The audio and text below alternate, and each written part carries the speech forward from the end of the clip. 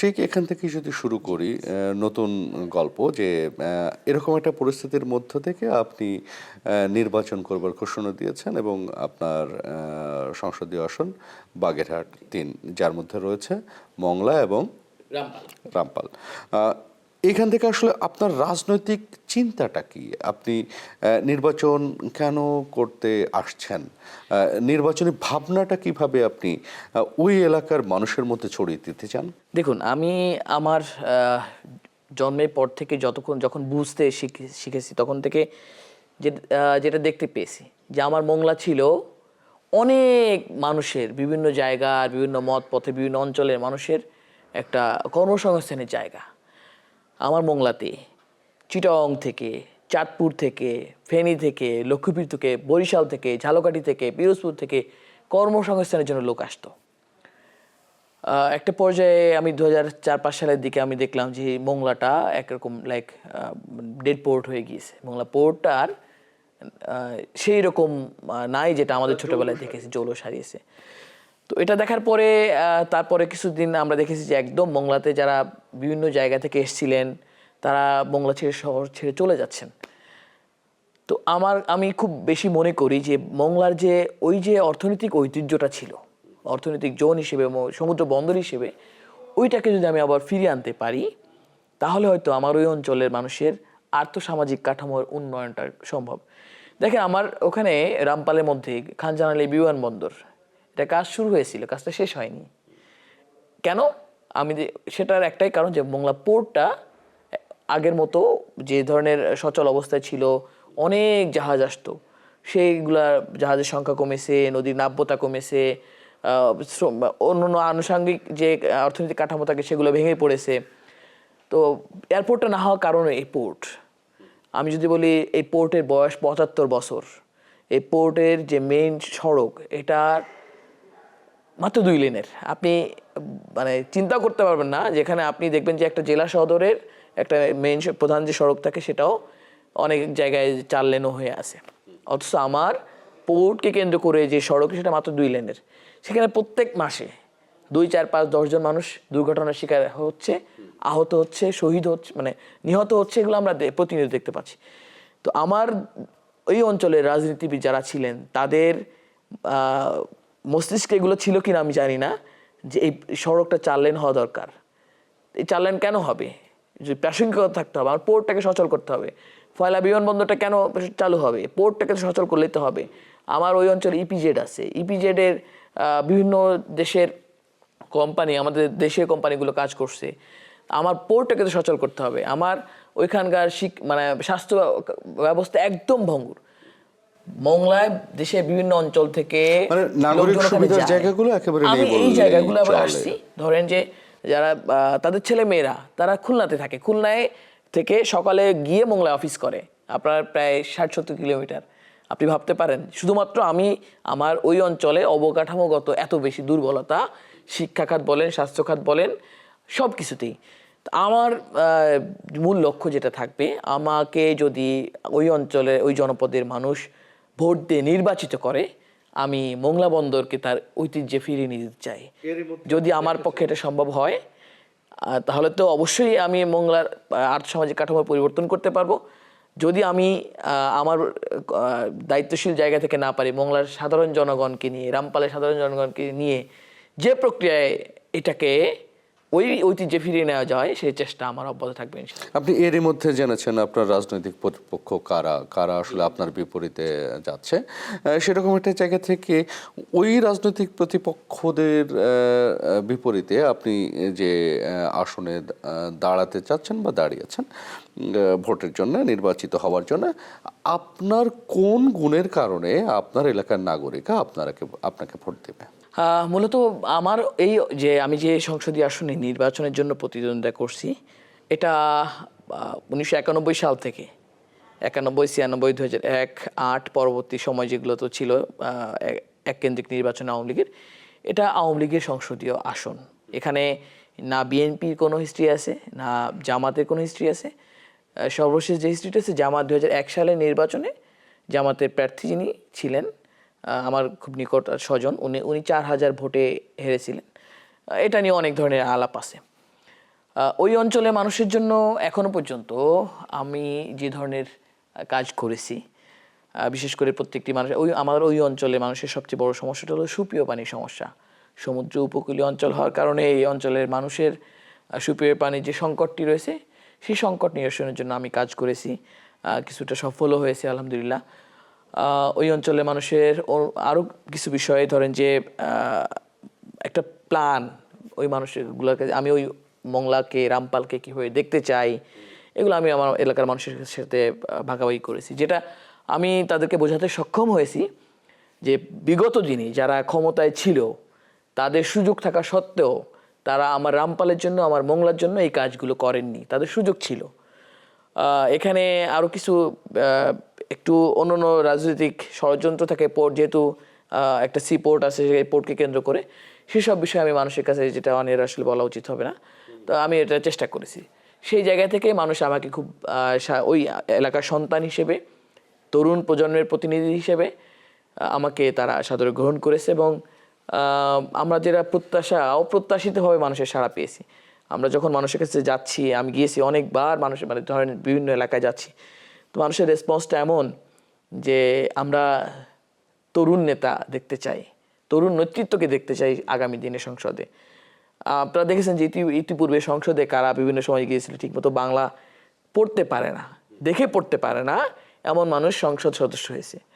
তো এমন প্রতিনিধি তারা দেখতে চায়। আর তাদের এলাকার সন্তান হিসেবে আমার প্রতি তাদের অনেক বেশি দোয়া শুভকামনা আমি দেখেছি। আমরাও বলতে কারণ চাই হলো যে আমি একদম তরুণ, আমার এলাকায় আমার নামে কোনো অভিযোগ নাই যে কারণে মানুষ আমাকে অপছন্দ করবে। বিভিন্ন রাজনৈতিক নেতৃবৃন্দের নামে তো বিভিন্ন অভিযোগ থাকে, সেই ধরনের কোনো অভিযোগ আমার বিরুদ্ধে নাই। তো এই জায়গা থেকে এলাকার মানুষের প্রতি সেক্ষেত্রে ব্যাপারটা কি এরকম কিনা যে এখনো পর্যন্ত আপনি আসলে রাজনীতির মূল স্রোতে যাননি, সেই জন্য অভিযোগটা তৈরি হয়নি? কারণ এরই মধ্যে আপনি দেখেছেন যে এনসিপির বা আপনাদের ছাত্র আন্দোলনের সাথে যারা ছিল তাদের অনেকের নামে বিভিন্ন অনেকের নামে না, আপনি বলতে পারেন যে দুই একজন নামে বিভিন্ন ধরনের আলাপ এসছে, কিন্তু মূল যে স্রোতের কথা বলছেন, আমরা তো স্রোতের বাংলাদেশের যে রাজনৈতিক কালচারের কথা বলছেন, সেই রাজনৈতিক যে কালচারের কথা বলছেন, সেই কালচারের মধ্যে তো আমি কোনোভাবে যেতেই চাই না। আমি রাজনীতি না করলেও বাংলাদেশের প্রচলিত যে রাজনৈতিক কালচার আছে সেই কালচারের মধ্যে আমি প্রবেশ করব না, এটা আমার নিজের সাথে নিজের কমিটমেন্ট। আমি রাজনীতি না করলে ওই ধরনের কালচারের মধ্যে যাব না। আমার এলাকার সব থেকে বড় যে মানে অর্থনৈতিক উৎস সেটা হলো মাছের ঘের। আপনি আমার রামপাল এবং মোংলায় আপনি যদি এখন আপনার কোনো, যেহেতু আপনাদের কাছে অনেক ধরনের তথ্য থাকে, আপনি ইতিমধ্যে আমাকে নিয়ে আপনার সাথে বসার আগে আপনার কাছে এক ধরনের ইনফরমেশন চলেও আসা কথা। রামপাল এবং মোংলায় আমার প্রতিপক্ষ বন্ধু যারা আছেন তাদের রাজনৈতিক দলগুলোর নেতৃবৃন্দের বিরুদ্ধে ঘের দখলের অভিযোগ নাই, এটা আপনি পাবেন না প্রত্যেকেরই। কিন্তু এনসিপির আমি সহ আমার নেতৃবৃন্দের কাউকে আপনি পাবেন না যে কেউ একটা ঘের দখল করেছে। তো মানুষ এটা খুব বেশি, যদি কেউ অন্যের ঘের দখল করেছে আমরা সেগুলো উদ্ধার করে যার ঘের তাকে ফেরত দিয়েছি। জমি যার ঘের তার, এই স্লোগানটা আমরা প্রতিষ্ঠিত করবার চেষ্টা করেছি যে যতটুকু আমাদের পক্ষে সম্ভব ছিল। যেহেতু বললাম যে প্রচলিত রাজনৈতিক যে কালচার আছে সেখানে পেশি শক্তির রাজনৈতিক বন্দোবস্ত সেই আলাপটা একজন বলতে পারবে না। আমি বললাম যে একজন সিঙ্গেল মানুষও বলতে পারবে না মোল্লা রহমতুল্লাহ নামে একটা ঘের এখানে দখল করা হয়েছে, কেউ বলতে পারবে না। আমি আমার অঞ্চলের অর্থনৈতিক কাঠামোটাই তো এটার উপরে নির্ভর করবে, আমাকে কিছু বলতে হলে এটাকে নিয়ে বলতে হবে, এটা বলতে পারবে না। আমি একটু আসতে চাই যে এনসিপি এরই মধ্যে 125 জন, আমি যদি ভুল করে না থাকি 125 জনকে প্রাথমিক মনোনয়ন দিয়েছে। এখন নতুন করে আবার জোটের অংশ হতে যাচ্ছে, ভোটের জোটের অংশ হতে যাচ্ছে। 125 জনকে প্রাথমিক মনোনয়ন দেওয়া হয়েছিল, পরবর্তী চূড়ান্ত মনোনয়ন দেওয়া হয়েছে 47 জনকে। এর মধ্যে মোটামুটি 47 জনের মধ্যে থেকেই হয়তো কেউ নির্বাচন নাও করতে পারেন, যেহেতু আসন সমঝোতার একটা আলাপ আছে, সেই জায়গা থেকে হয়তো গুরুত্বপূর্ণ প্রতিদ্বন্দ্বী প্রার্থী যিনি নির্বাচন করলে উনি নির্বাচনে বের হয়ে আসতে পারবেন, জিতে আসতে পারবেন, জয়ী হতে পারবেন, এই সম্ভাবনা যদি থাকে তাহলে আমাদের ওই প্রার্থী ওখানে আমরা হয়তো আসন ওই জায়গা থেকে প্রত্যাহার করে নিব। আপনারা আরো পরিবর্তন হওয়ার সুযোগের সুযোগ মধ্যে রয়েছে, অবশ্যই হয়তো, সুযোগ রয়েছে। রয়েছে। যেহেতু মনোনয়ন প্রত্যাহারের শেষ দিন পর্যন্ত এগুলার সুযোগ রয়েছে। সার্বিকভাবে দলের মধ্যে এই যে টানা পড়েন, সেটা ভোটের মাঠে কতটা ইম্প্যাক্ট ক্রিয়েট করতে পারে বলে মনে করছেন? না, এইটা ভোটের মাঠে তেমন কোনো ইম্প্যাক্ট পড়বে না, কিন্তু নতুন রাজনৈতিক দল হিসেবে আমাদের যে জরিপ ছিল, আমরা এটা দেখেছি যে মাঠে অ্যাটলিস্ট আমাদের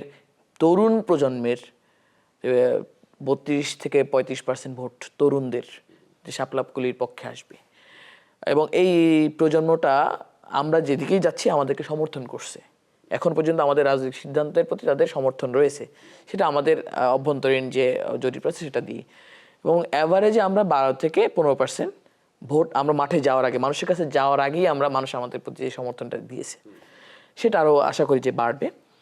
আর যেহেতু জুলাই সনদের কে কেন্দ্র করেই হলো আমরা এই আসন সমঝোতাকে প্রাধান্য দিয়েছি, সুতরাং জুলাই সনদ বাস্তবায়নটাই হয় আমাদের মুখ্য বিষয়।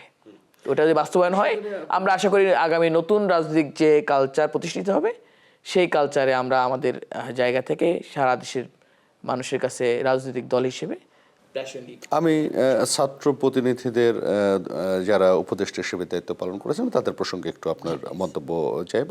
যে আসিফ মাহমুদ সজীব ভুইয়া এবং সাবেক তথ্য উপদেষ্টা মাহফুজ আলমের প্রসঙ্গে যদি আসি, একজন এরই মধ্যে আপনাদের সাথে এনসিপিতে যুক্ত হয়েছেন কিন্তু নির্বাচন করছেন না ঘোষণা দিয়েছেন, এবং আরেকজন এখন পর্যন্ত দলে যুক্ত হন নাই। এইটা কেন হয়েছে বলে মনে হচ্ছে? কারণ ওনারা দুজনেই ছিল আপনাদের মানে যদি আমরা বলে থাকি একসময় মাস্টার মাইন্ডই বলা হয়েছে। আমি যদি আপনাকে এই জায়গাটা ক্লিয়ার করি, আমরা দল গঠন করেছি সরকার গঠন হওয়ার পর 7 মাস পরে, সুতরাং তারা আমাদের দলের প্রতিনিধি কখনোই ছিলেন না। এক, দ্বিতীয়ত হলো আপনি সরকারে ছিলেন, সরকার থেকে আপনি এখন এসছেন, আপনার স্বাধীনতা থাকবে, আপনি যে কোনো রাজনৈতিক দলকে পছন্দ করে নিতে পারেন।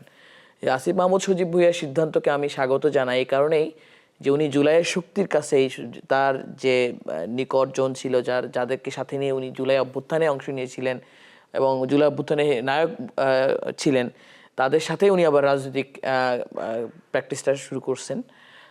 নির্বাচনে না যাওয়াটাকেও আমি স্বাগত জানাই, কারণ উনি যেহেতু এই সরকারের একটা অংশ ছিলেন, ওইখান থেকে পদত্যাগ করে এসে আবার নির্বাচনে অংশ নেওয়া, এটা আসলে একটু দৃষ্টিকটু হতো। সেই জায়গা থেকে ওনার নির্বাচনে অংশ না নেওয়াটাকে আমি স্বাগত জানাতে চাই। এবং মাহফুজ আলম উনি জানিয়েছেন উনি হয়তো এনসিপির সাথে যুক্ত হবেন না, উনি এমনটি একটা সোশ্যাল মিডিয়া পোস্টে জানিয়েছেন। ওনার নতুন রাজনৈতিক ভাবনা থাকতে পারে, সেটাকেও আমরা স্বাগত জানাই। অবশ্যই সেটা হওয়া উচিত। একটা অভ্যুত্থান পরবর্তীতে আমি তো ভেবেছিলাম যে অ্যাটলিস্ট 3 থেকে 5টা নতুন রাজনৈতিক দল আসবে, যারা নতুন রাজনৈতিক কাঠামো গড়ে তুলবে। প্রতিষ্ঠিত রাজনৈতিক দলগুলো সেই কাঠামোর দিকে তাকিয়ে তাদের পুরনো কাঠামোকে ছুঁড়ে ফেলবে। তো এনসিপি ছাড়া আমি আসলে অন্য কোনো রাজনৈতিক দলকে না আসতে দেখে আমি নিজেও হতাশ, কারণ আমি ভেবেছিলাম যে আরও আসা উচিত। না, আমার প্রত্যাশা ছিল যে আসা উচিত ছিল। আমি যখন আমাদের সাথে মতে মিলছে না, আমার ভিন্ন মতের লোক, আমি তাদেরকে বলেছি, ভাই আপনি এভাবে না পারেন, আমাদের সাথে আসার প্রয়োজন নাই, আপনারা নতুন রাজনৈতিক দল হিসেবে আসেন। আমি বলেছি যারা আমরা তো মানে ধরেন আমাদের যে এই সার্কেলটা, আমরা যারা একসাথে ছাত্র রাজনীতি করেছি সবাই তো এনসিপির সাথে যুক্ত হয়নি। আলাদা আলাদা মত আছে, কেউ রাজনীতি থেকে নিজেকে সরিয়ে নিয়েছে, কেউ এখনো ছাত্র রাজনীতি করছে। হ্যাঁ, তো আমি যেটা আমাদের যে আলাপটা ছিল যে আরও আসুক। আপনারা যদি এনসিপি তার আগে জুলাইয়ের অভ্যুত্থান বলি, তার আগে যদি 2018 সালের কোটা সংস্কার আন্দোলনের কথা বলি, সেখান থেকে কিন্তু নুরুল হক নুরুর যে গণ অধিকার পরিষদ, এদের সাথেও একটা জোট করবার বিষয় কিন্তু আলোচনায় ছিল। সেটা কেন হয়নি বলে আপনি ব্যক্তিগতভাবে মনে করেন, বা দলীয় জায়গা থেকে আপনি কোনো তথ্য দিতে পারেন কিনা? না, আমি ছাত্র অধিকার পরিষদের গুরুত্বপূর্ণ দায়িত্বে ছিলাম। ছাত্র অধিকার পরিষদে ঢাকা মহানগরের সমন্বয়কের দায়িত্ব পালন করেছি, প্রথম যে কমিটিটি ছিল, এবং মহানগরের উত্তরের প্রেসিডেন্টের দায়িত্ব পালন করেছি। কেন্দ্রীয় কমিটির যুগ্ম আহ্বায়ক ছিলাম, কেন্দ্রীয় কমিটির নির্বাচিত সাংগঠনিক সম্পাদক, সর্বশেষ আমি একটা অংশের আহ্বায়কের দায়িত্ব পালন করেছি। তো রাজনৈতিক বোঝাপড়াটা যেটা, আপনার সাথে আমার যদি রাজনৈতিক বোঝাপড়া ঠিকঠাক মতো না হয়, আপনি যেমনটি চান আমি যেমনটি চাই এটা যদি ঠিকঠাক মতো না হয় তাহলে তো ঐক্যবদ্ধ হওয়ার কোনো সুযোগ নেই। তো এটা হচ্ছিল, আমাদের আলাপ আলোচনা চলছিল এবং তো সেটা কিছুদিন আসলে আগে হয়ে যে ওঠেনি। তিন দলীয় জোট করেছিলেন সেখানে আসলে 4 দলীয় জোট হবারও কথা ছিল, সেটা সেটাও হয়নি। দেখুন, ধরেন যে আপনি রাজনীতিতে এগুলো একদম স্বাভাবিক প্রক্রিয়া। আপনার সাথে আমার রাজনৈতিক জোট হবে, একদম স্বাভাবিক। আমরা আলাপ আলোচনার মধ্যেই ছিলাম। তো মনে হচ্ছে যে এই এই এই আলোচনাটা ওনার সাথে আমার মিলছে না। ওকে, ঠিক আছে, যার ভালো লাগেনি সে আসেনি, বা আমাদের কাছে মনে হয়েছে যে এটা এই জায়গায় আমরা একমত হতে পারছি না, সুতরাং আমাদের আলাদা থাকাই উচিত, একসাথে থাকা উচিত না। এভাবে আমরা আমাদের রাজনৈতিক সিদ্ধান্তগুলো নিয়েছি। দেখেন, আগামী নির্বাচনে দুটা ইস্যু ঘুরে ফিরে আসে, দুটা ইতিহাসের দুইটা সময়, 24 আর 71। 24 নিয়ে আপনাদের একটা অবস্থান স্পষ্ট, 71 নিয়ে আপনাদের অবস্থানটা কি? 71 নিয়ে স্পষ্ট অবস্থান। এখানে অবশ্যই মানে বাংলাদেশের যদি ইতিহাস লিখতে হয়, আপনি 71-এর বাইরে ইতিহাস লিখতে পারবেন? সুযোগ আছে? সুযোগ তো নেই। অবশ্যই এই 71 হলো বাংলাদেশকে প্রতিষ্ঠিত করেছে, 24 এসে একটা রাজনৈতিকভাবে বাংলাদেশকে একটু নতুন দিগন্তের দিকে নিয়ে গেছে। 71-এ আমার বাংলাদেশ প্রতিষ্ঠা পেয়েছে মুক্তিযোদ্ধাদের আত্মত্যাগের বিনিময়ে, 24-এ গণতান্ত্রিক যাত্রা নতুন দিগন্তের দিকে পৌঁছেছে আমার এই প্রজন্মের রক্তের বিনিময়ে। অবশ্যই দুটি আমার কাছে অবশ্যই, মানে আমি কোনোটাকে একটাকে রেখে ছোট একটাকে বড় করার এরকম কোনো সুযোগ নেই। অবশ্যই 24 মিলিয়ে ফেলার কি সুযোগ আছে কিনা না না 24 কেন এবং হবে? 71? কেন মিলিয়ে কেন ফেলবো? দুই রকম ইতিহাস। একটা রাষ্ট্র প্রতিষ্ঠা করেছে 71, আর 24 একটা ফ্যাসিবাদী কাঠামোকে ভেঙে চুরে নতুন একটি দিগন্তে আমাদেরকে পৌঁছে দিয়েছে। 24 এবং সেক্ষেত্রে একটা প্রসঙ্গ কি চলে আসে কিনা যে জামাতের সাথে যে কৌশলগত ভোটের জন্য জোট, সেটা আসলে এনসিপির এই অবস্থানকে কিছুটা হলেও প্রশ্নবিদ্ধ করে? না, কেন প্রশ্নবিদ্ধ করবে? দেখেন, জামাত রাজনৈতিক দল হিসেবে আমাদের সাথে এখন তো আসন সমঝোতা হচ্ছে, শুধু জামাতের সাথে না, আমাদের এখানে ইসলামী আন্দোলন আছে, এবি পার্টি আছে, খেলাফত মজলিস আছে, বাংলাদেশ খেলাফত মজলিস আছে, গণতান্ত্রিক মানে জাতীয় গণতান্ত্রিক পার্টি আছে, জাকপা যেটাকে বলে, তারপরে আরও এলডিপি আছে। তো এই রাজনৈতিক দলগুলো আছে, শুধু আপনি জামাতকে কেন বলবেন? এক। 2 নম্বর হলো যে জামায়াতের সাথে বাংলাদেশের রাজনৈতিক জোট, আমরা তো আসন সমঝোতা করছি 12টা রাজনৈতিক দলের সাথে, নট অনলি জামায়াতের সাথে। এখানে জামাত এক বড় দল, এই জন্য জামাতের নামটা বারবার চলে আসছে। কিন্তু বা জামাতের সাথে রাজনৈতিক জোট কি আওয়ামী লীগ করে নাই? করছে না? করছে। বিএনপি করে নাই? করছে না? অবশ্যই করছে। সেখানে আমরা তো তাদের সাথে রাজনৈতিক কোনো জোটেই যাই না, আমরা তো 12টা রাজনৈতিক দলের সাথে আসন সমঝোতা করেছি এই লক্ষ্যে যে জুলাই সনদটা যেন বাস্তবায়নের ক্ষেত্রে কোনো ধরনের প্রতিবন্ধকতা না থাকে, সবাই মিলে ঐক্যবদ্ধ হয়ে যেন জুলাই সনদটা বাস্তবায়নের পক্ষে হ্যাঁ ভোটকে বিজয়ী করতে পারি। একই সাথে যে আসনে যার বিজয়ী হওয়ার সম্ভাবনাটা বেশি, তাকে যেন আমরা প্রতিনিধি হিসেবে সংসদে পাঠাতে পারি, এই লক্ষ্যে। এখানে শুধুমাত্র জামাতকে কেন বলা হবে? অবশ্যই এটা রাজনৈতিক দল হিসেবে প্রত্যেকটি দলই চাইবে তার রাজনৈতিক অবস্থান শক্তিশালী হোক, আমরাও চাইবো, এটাই স্বাভাবিক। সেখানে একটু আপনার ব্যক্তিগত কৌশলের প্রসঙ্গে আসতে চাই যে এনসিপিকে যদি শক্তিশালী একটা দল হিসেবে বাংলাদেশের মানুষের স্বপ্ন পূরণের একটা দল হিসেবে নিজেদেরকে প্রতিষ্ঠিত করতে চান, তাহলে আমি দলের পদের জায়গা থেকে বের হয়ে আপনি দলের একজন কর্মী হিসেবে আপনার দলের আরও যারা নেতৃত্ব রয়েছে তাদেরকে কি পরামর্শ দিতে চান? তাদের প্রতি আমার পরামর্শ থাকবে, সাংগঠনিক কাজ করতে হবে প্রচুর। আপনাকে একদম কেন্দ্র বডি থেকে শুরু করে ওয়ার্ড পর্যায়ে প্রত্যেকটি জায়গায় সাংগঠনিক কাজ করতে হবে। এবং সাংগঠনিক কাজ, আপনার যদি সংগঠন থাকে, আজকে না হয় কাল, কাল না হয় পরশু আপনি রাজনীতিতে করতে পারবেন। আমি আমার বন্ধু সহযোগীদেরকে আমি আহ্বান জানাবো, অনুরোধ করব, প্রত্যেকেই সাংগঠনিক কাজে খুব বেশি মনোযোগী হবেন।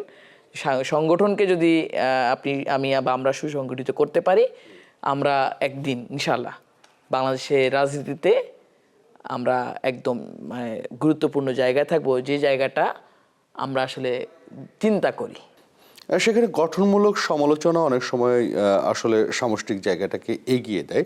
সেরকম গঠনমূলক সমালোচনা যদি আপনাকে করতে বলা হয় যে এনসিপি নিয়ে আপনি সমালোচনা করবেন, কি সমালোচনা করবেন? এটা একটু কঠিন প্রশ্ন। রাজনৈতিক দল হিসেবে এই 10 মাসে এনসিপি যেটা করেছে, আমরা আমাদের সামষ্টিক যে অর্জন, সেটা অনেক বেশি অর্জন। এখানে আসলে সমালোচনা করার জায়গাটা আমি আসলে খুব বেশি দেখছি না। সমালোচনা যদি করতেই হয়, সেটা আমাকে বলতে হবে আমরা আমাদের সাংগঠনিক কাঠামোটাকে যেভাবে গড়ে তোলার সুযোগ ছিল সেভাবে গড়ে তুলতে পারিনি। ওইটাই যদি আমরা খুব বেশি মনোযোগী হই, আশা করি আমাদের লক্ষ্যে আমরা পৌঁছাতে পারবো। বাংলাদেশের নাগরিকদের কাছে আপনাদের বলবার কি আছে একজন এনসিপি নেতৃত্ব হিসেবে, এবং সেই সাথে আপনি একজন তরুণ প্রজন্মের প্রতিনিধি এবং সংসদে নির্বাচনে আপনি অংশ নিন?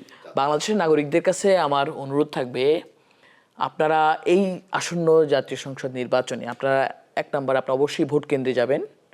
প্রথম ভোটটা আপনারা জুলাই সনদে হ্যাঁ পক্ষে দিবেন। দ্বিতীয়টা যেটা হলো, আপনি যাকে যোগ্য মনে করেন, যাকে মনে করেন বাংলাদেশের রাজনৈতিক কালচার পরিবর্তন করতে এই মানুষগুলোর ভূমিকা থাকবে, এই মানুষগুলো পজিটিভ থাকবে, ইতিবাচক থাকবে, তাকে ভোট দিবেন। আমি অবশ্যই বলবো সেই জায়গা থেকে এখনো পর্যন্ত আমরা যে 12টি রাজনৈতিক দল আসন সমঝোতার কথা বলছি, আমাদের মধ্যে এই বোঝাপড়াটা আছে। অধিকাংশ রাজনৈতিক দলে এই সংস্কার প্রক্রিয়ার অংশ, তারা সংস্কারটাকে খুব পজিটিভলি নিয়েছে। সুতরাং এই নেতৃবৃন্দ যারা থাকবেন তাদেরকে ভোট দিবেন এবং অবশ্যই সেই ভোটাধিকার প্রয়োগের ক্ষেত্রে কোনো ধরনের হীনমন্যতায় ভুগবেন না। কোনো ধরনের নৈতিক হোক বা অনৈতিক হোক, নির্বাচনের পূর্বে কারো কাছ থেকে এক কাপ চাও খাবেন না। নির্বাচনের পরে যিনি জয়ী হন বা বিজয়ী হন তার কাছ থেকে চা খাবেন। নির্বাচনের আগে এক কাপ চাও যেন কারো কাছ থেকে না খাওয়া হয়। অবশ্যই তরুণ প্রজন্মের প্রতিনিধি যারা, তাদেরকে বিজয় করার চেষ্টা করবেন, কারণ আগামীর বাংলাদেশ গড়তে হলে তরুণদেরকে সংসদে থাকতে হবে। যদি তরুণরা সংসদে থাকে, ইনশাল্লাহ আমরা একটা নতুন বাংলাদেশ দেখতে পাবো, বা বাংলাদেশ গড়তে পারবো, নতুন কালচার তৈরি করতে পারবো ইনশাল্লাহ। একটা প্রশ্ন দিয়ে শেষ করতে চাই। বাংলাদেশের যে প্রতিহিংসার রাজনীতি বলা হয়, সেই প্রতিহিংসার রাজনীতি থেকে বের হওয়ার কোনো সুযোগ কি আপনি দেখেন, এবং সেটা আসলে কিভাবে গড়তে পারেন, বিশেষ করে তরুণ নেতৃত্ব?